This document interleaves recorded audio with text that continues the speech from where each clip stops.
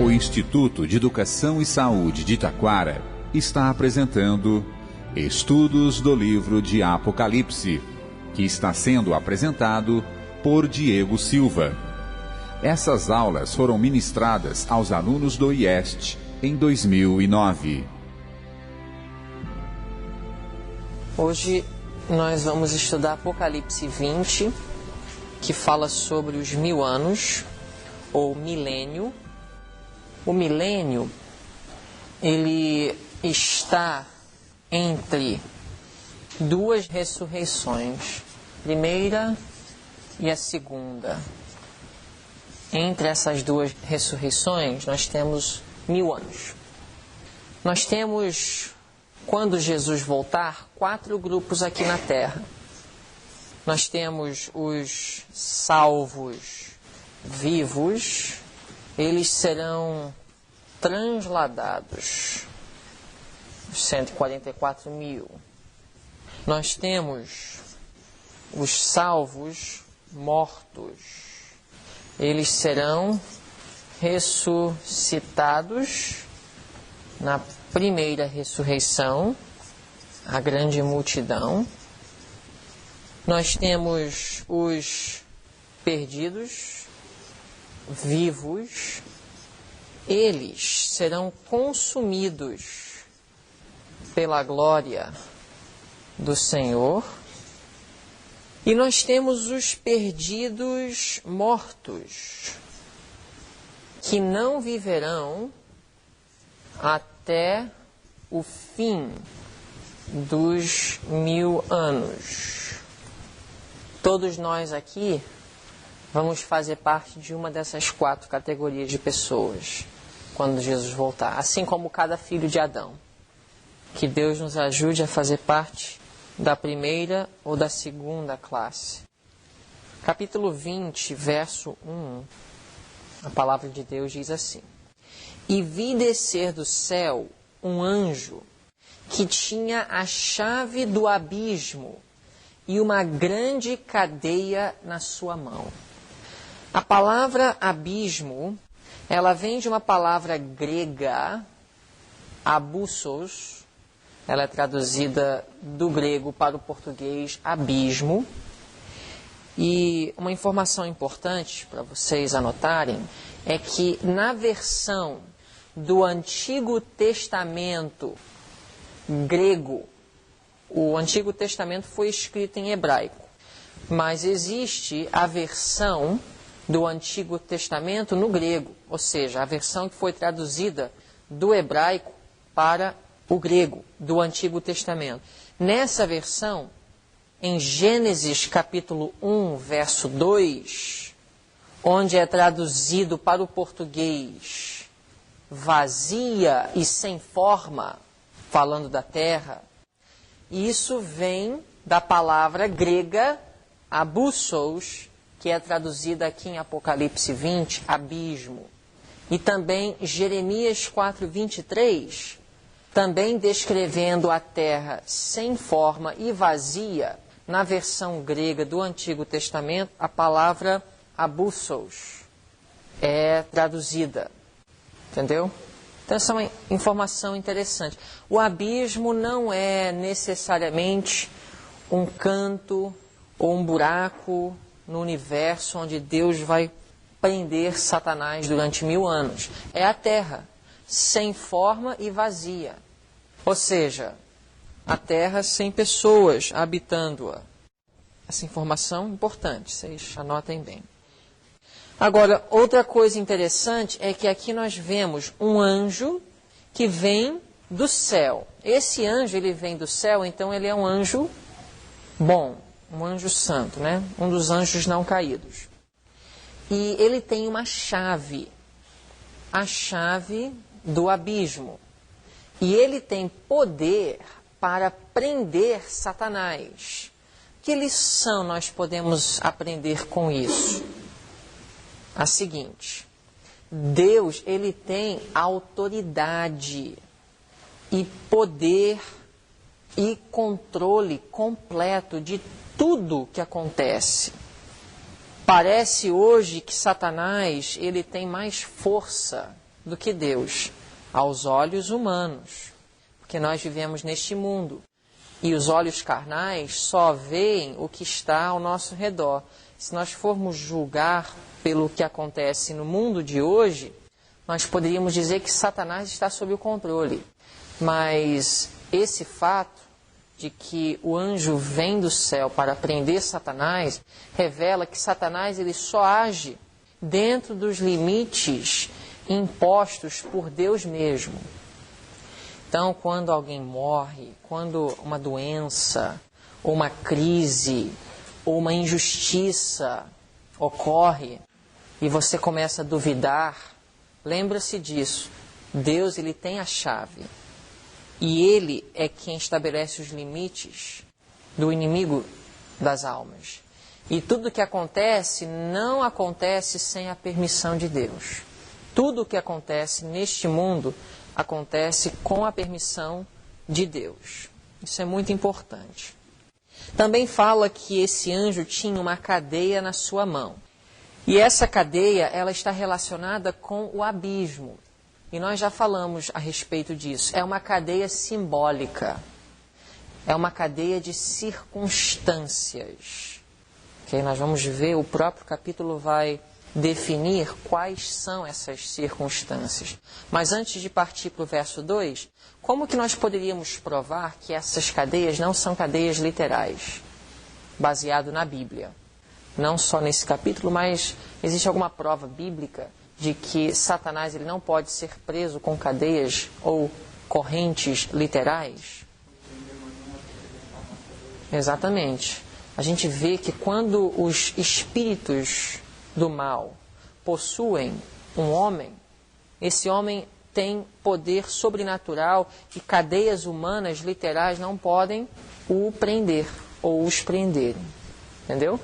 Então, são cadeias de circunstância. Agora, quais circunstâncias? Ou simbólica de quê? Aí nós temos que deixar o próprio capítulo definir. A Bíblia mesma se interpreta. Ele, o anjo, verso 2. Ele, o anjo, prendeu o dragão. Dragão, a antiga serpente, que é o diabo e Satanás, e amarrou-o por 1000 anos. Então o verso 2 nos fala quem é preso com essa cadeia e quem é preso dentro do abismo e por quanto tempo. É Satanás e ele é preso por 1000 anos. Verso 3. E lançou-o, Satanás, no abismo. Esse anjo que tem a chave, ele lança Satanás no abismo. Durante 1000 anos ele fica lá, preso, com cadeias de circunstância. E pôs selo sobre ele. É interessante. Onde é que nós vemos na Bíblia um selo sendo posto? Não esse tipo de selo, é um selo diferente. É um selo literal. Ok. Quando Daniel foi lançado na cova dos leões, onde mais? Ok, correto. Mais alguém? Selo. Mas pensando em algo mais terrível, talvez poderíamos dizer aos olhos de Deus. O selo que foi posto na tumba de Cristo. O selo de Roma. Então, nós vimos já muitos selos, mas todos esses selos foram temporários e foram impostos pelos homens. Mas aqui nós temos um selo divino, posto sobre o abismo, seria o lugar onde Satanás seria preso por 1000 anos. Para que não mais engane as nações. Aqui está as circunstâncias. Em que sentido Satanás ele é preso? No sentido que durante 1000 anos ele não poderia mais enganar as nações. Até que os 1000 anos se acabem. E depois importa que seja solto por um pouco de tempo. Então veja bem. Satanás ele é colocado no abismo durante 1000 anos. Esse abismo é uma cadeia de circunstâncias. Durante esses 1000 anos ele não pode enganar ninguém. Mas depois dos 1000 anos ele será solto. Em outras palavras, depois dos 1000 anos, ele poderia o quê? voltar a enganar as pessoas. Acompanharam o raciocínio? Até o verso 3, então, estávamos falando de Satanás e os 1000 anos. Agora, no verso 4, vamos ver, ainda falando dos 1000 anos, mas mudando de cena. E vi tronos, e assentaram sobre eles, e foi-lhes dado poder de julgar. Ainda não falou quem está julgando e quem está sentado sobre esses tronos. Mas vamos deixar a Bíblia mesma definir quem são estes que assentam-se sobre os tronos e julgam. E vi as almas daqueles que foram degolados pelo testemunho de Jesus e pela palavra de Deus, e que não adoraram a besta, nem a sua imagem, e nem receberam sinal em suas testas, nem em suas mãos. E viveram e reinaram com Cristo durante 1000 anos. Então, quem está reinando com Cristo, assentado sobre os tronos e julgando? Com certeza, todos os salvos. Mas aqui, a Bíblia, ela está reiterando um grupo específico. Não são os 144.000, mas são outras pessoas que também se posicionariam firmes quando o decreto dominical internacional for estabelecido. Mas por que não são os 144.000? Porque morrem.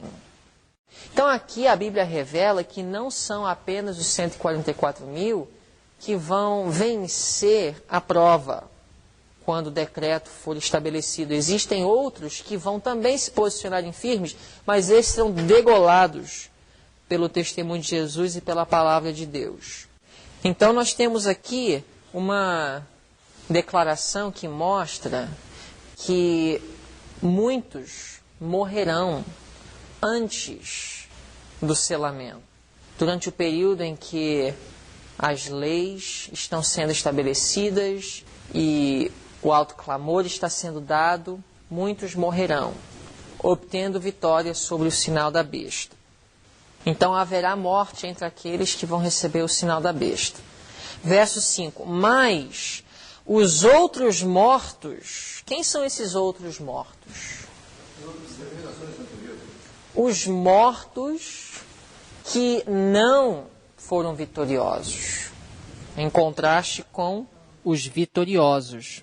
Os outros mortos não reviveram até que os 1000 anos se acabaram. São salvos ou perdidos? Esta é a primeira ressurreição. Bem-aventurado e santo aquele que tem parte na primeira ressurreição. Quem vai ter parte na primeira ressurreição? Olha só. Quando diz esta é a primeira ressurreição no verso 5, fica um pouco confuso. Esta é a primeira ressurreição está se referindo à última parte do verso 4, que diz, e viveram e reinaram. Como é que eu sei que esse e viveram está falando de pessoas que ressuscitam? Porque anteriormente fala que eles foram degolados. Se diz e viveram, é porque eles ressuscitam. Então ele está falando e ressuscitam. Mas os outros mortos não reviveram até que os 1000 anos se acabaram. Esta é a primeira ressurreição. A primeira ressurreição em que sentido? São 2 ressurreições. Veja bem, vamos fazer uma análise contextual, esquecendo de todo o nosso conhecimento da Bíblia, e vamos nos limitar só a esses textos agora. No verso 4, ele fala de um grupo que vai ressuscitar. Esse grupo vai reinar com Cristo 1000 anos. Aí diz, mas os outros mortos não vão reviver até que os 1000 anos se acabem. Esta é a primeira ressurreição. Vocês entenderam? Como que os outros mortos não reviveram, estão fazendo parte da primeira ressurreição, se eles estão revivendo depois dos 1000 anos, mas antes dos 1000 anos teve uma ressurreição de outros mortos? Vocês entenderam? Então, se você analisar no contexto, não tem como aplicar esta é a primeira ressurreição aos outros mortos que não reviveram até os 1000 anos se acabarem. O verso 6 diz assim, bem-aventurado e santo aquele que tem parte na primeira ressurreição. Seria mais fácil se a última declaração do verso 5 estivesse junto com o verso 6. Só que vocês têm que entender que separação de versos não tem nada a ver com inspiração. Então você pode fazer isso. Então teria mais sentido se o verso 5 estivesse sozinho dizendo: mas os outros mortos não reviveram até que os 1000 anos se acabaram. Verso 6. Esta é a primeira ressurreição. Bem-aventurado e santo aquele que tem parte na primeira ressurreição. Sobre estes quem? Aqueles que têm parte na primeira ressurreição, não tem poder sobre eles a segunda morte, mas serão, quem serão? Os que têm parte na primeira ressurreição, sacerdotes de Deus e de Cristo, e reinarão com ele o quê? E quem que vai reinar com Cristo 1000 anos no verso 4? Os que foram degolados. Mas os outros mortos não. Mas os outros mortos não reviveram, até que os 1000 anos se acabaram. Como se estivesse Reiterando. Esta é a primeira ressurreição. Bem-aventurado e santo aquele que tem parte na primeira ressurreição. Sobre estes que têm parte na primeira ressurreição, não tem poder a segunda morte, mas estes que ressuscitam primeiro, estes que fazem parte da primeira ressurreição, serão sacerdotes de Deus e de Cristo e reinarão com ele 1000 anos. Vocês entenderam? Ficou bem claro, né? Perfeitamente claro. Vocês entenderam então por que ele fala, mas os outros mortos? É como se fosse um parêntese.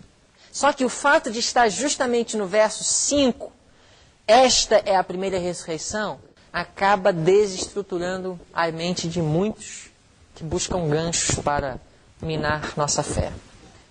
Então vamos agora para o verso 4 de novo, que agora nós precisamos entender o que os salvos vão fazer como sacerdotes e como reis no trono com Cristo para julgar. Julgar quê?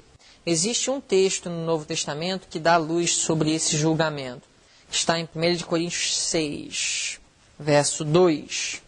Não sabeis vós que os santos, os salvos, os redimidos, aqueles que vão reinar com Cristo 1000 anos, hão de julgar o mundo? Então, primeiro, os salvos vão julgar o mundo. Em que sentido os salvos vão julgar o mundo?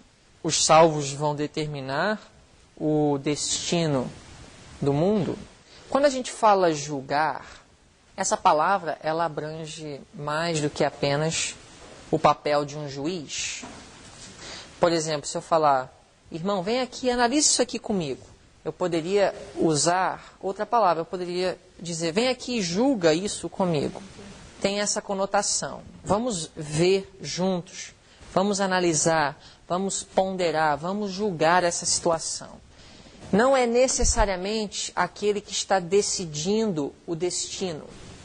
Inclusive, o juízo investigativo, embora Deus é quem sonda o coração, Deus é o juiz, mas o juízo investigativo, de fato, ele serve para os seres não caídos do universo, que vão julgar se Deus realmente foi justo em permitir a entrada no seu reino daqueles que foram pecadores, mas se arrependeram, e ao mesmo tempo ainda impedir a entrada de Satanás. O juízo investigativo é para Deus permanecer justo aos olhos dos seres não caídos, em sua obra de salvar os pecadores. Então, assim como no juízo investigativo, Deus ele deu uma satisfação aos seres não caídos, para que Deus pudesse garantir que o pecado nunca mais surgiria de novo, nunca mais seria questionado sua justiça e seu caráter, sua lei e os seus reclamos em relação à sua lei. Assim também durante os 1000 anos, Deus ele quer que os redimidos passem pelo mesmo processo. Certamente haverá várias surpresas. Primeiro, a surpresa de talvez encontrar pessoas que nós não imaginávamos estarem em condição de viver eternamente. Talvez Estevão vai estranhar ver Paulo no céu. E se nós formos fiéis e chegarmos até lá, nós vamos ter surpresas. Talvez nós vamos ver que algumas pessoas que nós julgávamos ser pessoas corretas não estarão lá. Porque Deus não vê como vê o homem. E existem muitas pessoas que enganam bem. Têm uma boa aparência de piedade, mas no fundo estão cheios de corrupção e de hipocrisia. E nós vamos ter surpresas. E se Deus apenas dissesse, não chegou porque eu sou Deus e eu decidi que não pudesse entrar, tudo bem. Poderia até aceitar. Mas ficaria uma semente pequena no fundo, talvez que poderia brotar daqui a bilhões de anos, sobre a justiça de Deus, quem sabe. Deus não quer deixar nenhuma semente, nenhuma raiz no coração de nenhum salvo. Então, 1000 anos é para Deus, mais uma vez, fazer uma obra de juízo. Esse juízo é colocado nas mãos dos santos, não para determinar destino, porque o destino já está determinado. Mas não é interessante que os outros mortos, eles não são consumidos eternamente até o final do milênio? Então, ou seja, embora o destino já está determinado, Deus, antes de dar essa satisfação, Ele não executa o juízo. Isso mostra muito a respeito do caráter de Deus, não é verdade? Ou seja, Deus, Ele quer trabalhar de uma forma correta neste nosso universo, para garantir mesmo que na 1:9 se cumprirá, que a aflição não surgirá segunda vez. Então Deus, Ele vai gastar 1000 anos, nós vamos abrir os livros, nós vamos julgar, nós vamos analisar, nós vamos determinar, nós vamos chegar a conclusões e toda dúvida vai ser eliminada. E aqui diz que os salvos, os santos, hão de julgar o mundo. Ora, se o mundo deve ser julgado por vós, sois porventura indignos de julgar as coisas mínimas? Não sabeis vós que havemos de julgar os anjos? Em que sentido nós vamos julgar os anjos? Nós não vamos determinar o destino dos anjos, mas nós vamos chegar à conclusão de que o que Deus decidiu está correto, justo.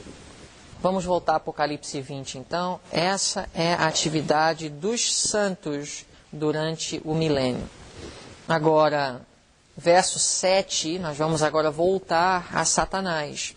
E acabando-se os 1000 anos, Satanás será solto da sua prisão. Por que ele vai ser solto da sua prisão? Por causa da segunda ressurreição. Porque os outros mortos vão reviver. E eles revivendo, agora ele volta a ter a condição de fazer aquilo que ele fez durante 6.000 anos. Mas qual vai ser a atividade de Satanás durante 1000 anos? Vocês já pararam para pensar? Satanás, ele não é Deus. Para Deus, tempo não tem muita relevância. Mas para os seres criados, tempo existe. Você já ficou dentro de um quarto sem poder falar com ninguém? Dentro de um período de 24 horas, sem sol, e sem uma televisão, e sem um computador, e sem nada para fazer? Você já teve essa experiência? Alguém aqui já passou por isso? Talvez alguém aqui já passou por isso durante meia hora e já ficou desesperado. Imagina 1 hora, 2 horas, 24 horas, uma semana, um mês, um ano, 1000 anos, sem ter o que fazer. Por que Deus quer que Satanás passe por isso? Existem condições dele se arrepender? É possível? Só que no final do milênio, o que vai acontecer com os ímpios?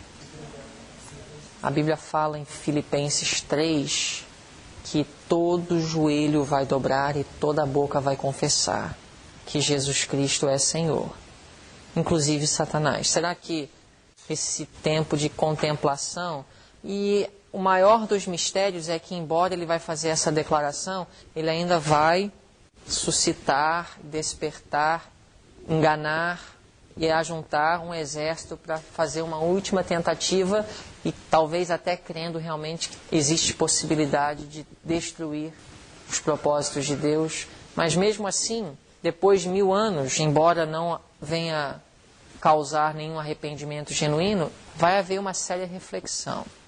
Não somente para Satanás, mas para todo o universo.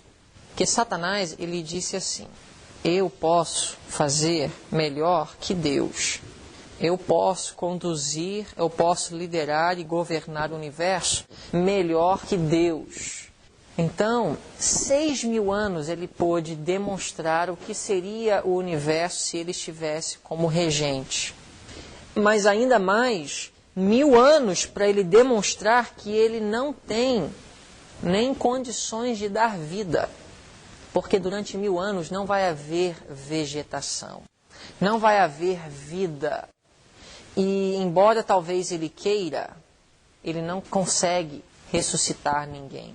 Ou seja, este é o Deus que poderia ter regido o universo. E mais uma vez Deus vai poder mostrar, está vendo o que teria sido? Por isso eu permaneci no meu trono. Porque às vezes a gente pode olhar para o primeiro mandamento que diz: não terás outros deuses diante de mim. Parece que Deus é egoísta, parece que Deus ele quer se proteger e quer proteger sua posição. Como se fosse aqui no mundo um dono de uma empresa ou um gerente que está satisfeito com sua posição e quer protegê-la de tal forma para que ele não seja prejudicado. Não é assim com Deus. Deus querer permanecer no seu trono não é por motivos egocêntricos, mas é por amor. Mesmo ele estando no trono, querendo permanecer no trono e não querendo compartilhar o trono com ninguém, é motivado por amor. É igual um piloto de um avião. Não sei quantos de vocês acompanharam os acontecimentos nos últimos dias e o avião da Air France, que estava a caminho para Paris, do Rio de Janeiro, que caiu. Quantos de vocês ouviram falar disso? Muita gente morreu, mais de 200 pessoas. Mas imagina você estando num avião e você está viajando e existe alguém que se levanta e fala: eu quero ser o piloto. E aí ele começa a fazer uma propaganda, tentando convencer todos no avião que ele poderia pilotar o avião melhor do que o piloto que está já no seu lugar. O piloto que está conduzindo o avião, ele não quer ceder o seu lugar a este que está reclamando o direito de ser o piloto. Por quê? Porque ele quer proteger sua posição? Não, ele quer proteger a vida daqueles que estão viajando. Porque ele sabe que ele é o único que tem condições de pilotar o avião. E se outro assumir a posição dele, que não sabe, que não foi treinado para aquilo, mas acha que pode, acha que consegue, ele sabe que ele estaria colocando a vida de todos naquele avião em risco. E por isso ele fala: não, eu não posso sair do meu lugar, não vou deixar, não posso permitir, porque ele sabe que a vida de outros estão em jogo.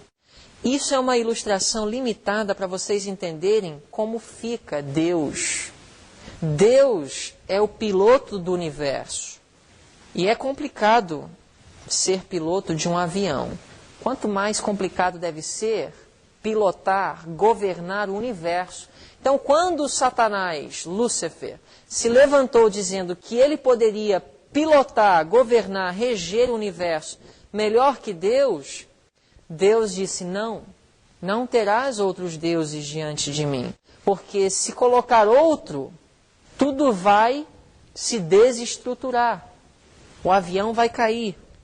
Não foi por motivos egoístas que Deus quis proteger sua posição de rei, foi por amor ao universo. E aí Deus, durante o milênio, ele vai mostrar que não é por egoísmo, porque ele vai compartilhar o seu trono. ele vai deixar os redimidos, pecadores transformados por sua graça, ele vai dizer, olha, sentem comigo no meu trono. Então, Deus, ele não é egoísta, ele não é um Deus que não quer compartilhar o seu trono, mas da forma que Lúcifer queria assumir a sua posição entre a divindade, isso teria colocado todo o universo em risco. Deus, ele não pôde. E saibam de uma coisa, os 10 mandamentos, eles foram elaborados no Sinai.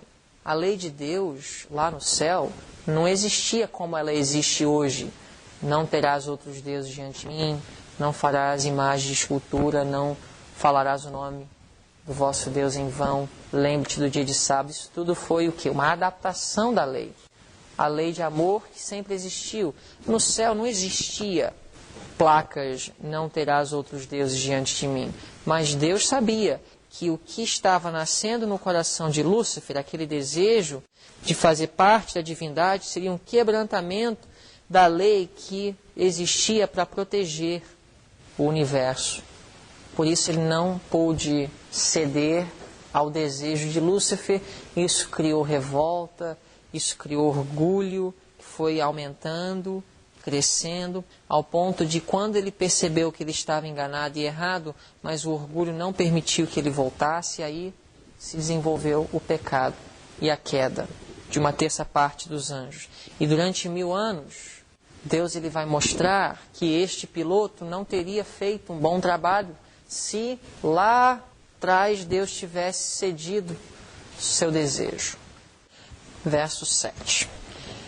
E acabando-se os 1000 anos, Satanás será solto da sua prisão e sairá a enganar as nações que estão sobre os 4 cantos da terra, Gog e Magog, cujo número é como a areia do mar, para as ajuntar em batalha. Gog e Magog, extraído de uma profecia do Antigo Testamento, de Ezequiel 38, 39. Vamos rapidinho abrir lá? Ezequiel 38, 39. O que era Gog e Magog? Vamos ler os primeiros versículos. Ezequiel 38, verso 1. Veio a mim a palavra do Senhor, dizendo, Filho do homem, dirige o teu rosto contra Gog, terra de Magog, príncipe-chefe de Meseque e Tubal, e profetiza contra ele. Então Deus pediu a Ezequiel para profetizar contra Gog, que era a terra de um povo que era liderado por Magog. Então é nesse sentido que existe essa expressão em Apocalipse 20. Mas o que era de Gog e Magog que fez com que Deus pedisse seu profeta a profetizar contra? No capítulo 20 de Apocalipse, Gog e Magog é mencionado no contexto de Satanás, depois dos 1000 anos, ajuntar seu exército para batalhar contra a cidade santa. Mas aqui no verso 3, e dize, assim diz o Senhor Deus, eis que sou contra ti, ó Gog, príncipe-chefe de Mesaque e Tubal, e te farei voltar, e porei anzóis nos teus queixos, e te levarei a ti com todo o teu exército, cavalos e cavaleiros, todos vestidos com primor, grande multidão com escudo e rodela, mangendo todos a espada.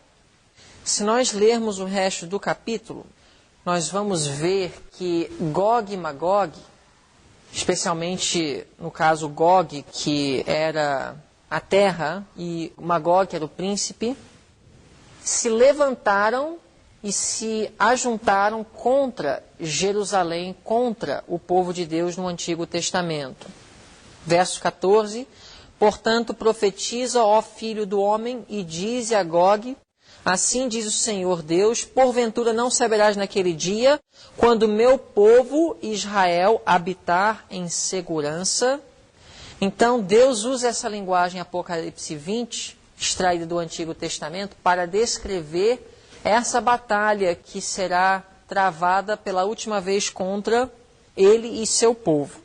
Que é o quê? Verso 9, agora voltando a Apocalipse 20. E subiram sobre a largura da terra e cercaram o arraial dos santos e da cidade amada. E de Deus desceu fogo do céu e os devorou. Um dos textos mais claros que fala da destruição eterna dos ímpios. Essa é a segunda morte, inclusive. E o diabo que os enganava foi lançado no lago de fogo e enxofre, onde estão a besta e o falso profeta, e de dia e de noite serão atormentados para todo sempre. E vi um grande trono branco, e o que estava sentado sobre ele, de cuja presença fugiu a terra e o céu, e não se achou lugar para eles. E vi os mortos. Agora, esses mortos são os mortos do verso 5, mas os outros mortos não reviveram. Ok? E vi os mortos, grandes e pequenos, que estavam diante de Deus, e abriram-se os livros. E abriu-se outro livro, que é o da vida. Então, diante desses mortos, que são aqueles que só vão reviver depois do 1000 anos, abriram-se livros, mas não o livro da vida. Continua dizendo, e abriu-se outro livro, que é o da vida. E os mortos foram julgados pelas coisas que estavam escritas nos livros, segundo as suas obras. No livro da vida ou em outros livros? O que vocês acham? E os mortos foram julgados pelas coisas que estavam escritas nos livros, segundo as suas obras. Veja bem, nenhum lugar primeiro na Bíblia onde se refere ao livro da vida, se refere a este livro como os livros da vida. É o livro da vida. Agora, mais uma vez, tem uma declaração parentética aqui. No verso 12, diz assim: E vi os mortos, grandes e pequenos, que estavam diante de Deus, e abriram-se os livros. Aí aqui está a parte parentética. E abriu-se outro livro, que é o da vida, ou seja, o livro da vida. Aí continua, e os mortos foram julgados pelas coisas que estavam escritas nos livros, segundo as suas obras. Vocês entenderam? Então os mortos estão diante do trono de Deus e abrem-se os livros. Aí também abriu-se o livro da vida. E os mortos foram julgados baseado no conteúdo dos livros. É nesse texto que nós definimos aquela questão de todos que serão destruídos vão ter a oportunidade de visualizar suas vidas em uma visão panorâmica através do conteúdo desses livros. É lógico que Deus ele usa uma linguagem humana, né? Para nós podermos nos identificar com o que Ele está falando. Talvez não são exatamente livros de folha, de árvore lá no céu. Como Deus vai revelar esse conteúdo? Pode ser algo mais eficaz do que o PowerPoint e o projetor. Deus está dando, pelo menos nos dias de João, a forma mais eficaz de transmitir um conteúdo é através de pergaminho, né? Livros. Talvez se ele estivesse falando hoje, ele teria usado outra expressão. Como será, eu não sei. Sabemos que existe um registro, esse registro é perfeito, e esse conteúdo do registro vai passar diante de todos aqueles que vão confessar a justiça de Deus na punição dos ímpios. E deu o mar os mortos que nele havia, e a morte e o inferno deram os mortos que neles havia, e foram julgados cada um segundo as suas obras. É aqui que nós podemos dizer que o julgamento dos ímpios se finaliza, porque o juízo investigativo não é para os ímpios, é para os santos, embora o destino de todos será determinado. Mas o juízo começa com aqueles que dormem em Cristo, juízo investigativo. Mas aqui nós temos o juízo dos ímpios. E a morte e o inferno foram lançados no lago de fogo. Esta é a segunda morte. e aquele que não foi achado escrito no livro da vida foi lançado no lago de fogo. Quem não vai ser destruído e quem não vai sofrer a segunda morte, baseado nesse último texto? Os que têm seus nomes escritos no livro da vida. O IEST está comprometido em fornecer mensagens relevantes como essas gratuitamente, a fim de cooperar com Deus no avanço de seu reino. Para ouvir mais sermões e palestras como essa, acesse nosso site www.iestrj.org.